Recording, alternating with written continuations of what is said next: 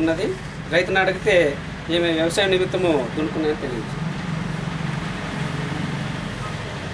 మామూలుగా మనం చేసిన పనులు ఆడిట్ వాళ్ళు చూసేదానికే కదా వచ్చింది.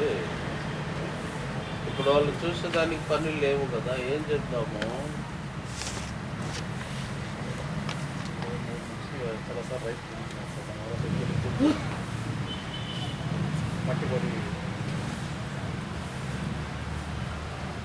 పని కనపడటం లేదు కదా, అంటే పని చూపించాలి కదా. నీకు కనపడతా ఉంది పని, ఆనవాళ్ళ కోసం చూసేదానికి వస్తారా?